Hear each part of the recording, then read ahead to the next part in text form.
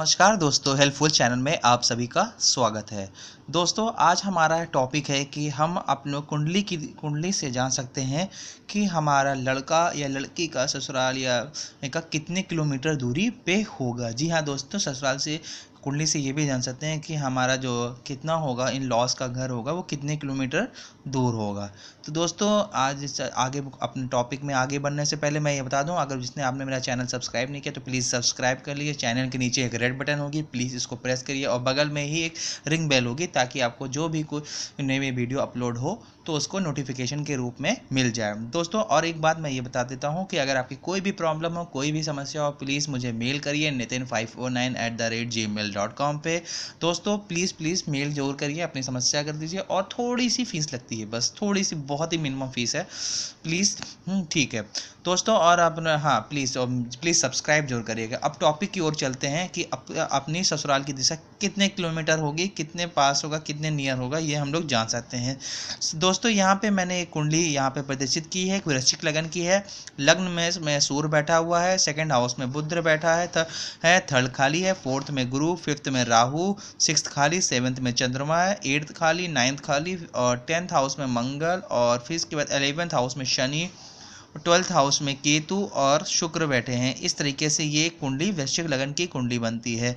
दोस्तों, यहाँ पे मैंने सारे ग्रहों की वो दे दिया है, कितने ग्रहों की कितनी एज होती है। तो चंद्रमा 24, मंगल 28, गुरु 16, सूर्य 7, बुध 17, शुक्र 20, 19, शनि 19, राहु 18, केतु 7। तो दोस्तों, ये चीज़ें होती हैं ग्रहों की एज, और इसके हिसाब से हम लोग जान सकते हैं कि आपकी ससुराल की दिशा कहाँ और कितने किलोमीटर होगा, आपका ससुराल कितना किलोमीटर होगा।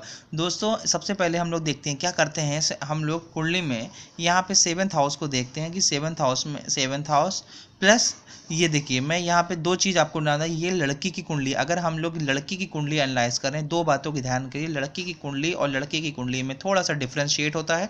तो यहाँ पे लड़की की कुंडली है तो ये लड़की, स्पेशली मैं यहाँ पे ले देता हूँ कि ये गर्ल्स की कुंडली है।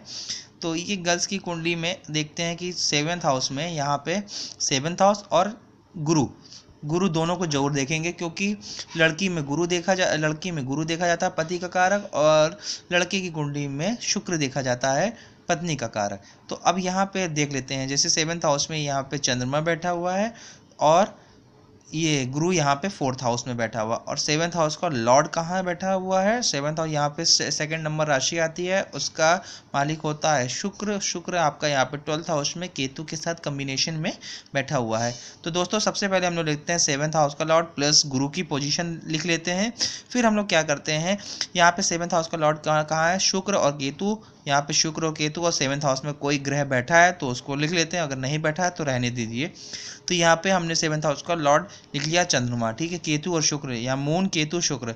तो चंद्रमा की एज हमने यहाँ पे लिखी 24, ठीक है, यहाँ पे मैं मेंशन कर दे रहा हूँ 24, ठीक है। तो ये हमने यहाँ पे चंद्रमा की एज लिख ली है 24, और केतु की 7 और वीनस की 20 और गुरु की होती है 16। तो हमने टोटल जोड़ लिया यहाँ पे 24 प्लस ये, तो 4 11 2 2 4 51 और 16 हम लोग जोड़ लेंगे तो हमारा आ जाएगा 67 किलोमीटर।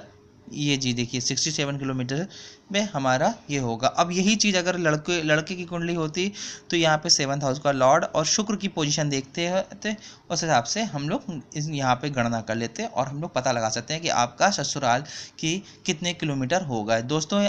और ये चीज़ ज़रूर देख लेते हैं कि शुक्र की पोजीशन कहाँ से है। शुक्र की पोजीशन देख लेते हैं, अगर शुक्र यहाँ से बैठा तो उसके इधर, उसके सीधे 7वें घर में कौन सी डायरेक्शन पड़ती है, यहाँ 12 नंबर रहता है। 12 नंबर गुरु की राशि है, यानी कि आपका पूर्व दिशा में होगा, ससुराल होगा, ठीक है।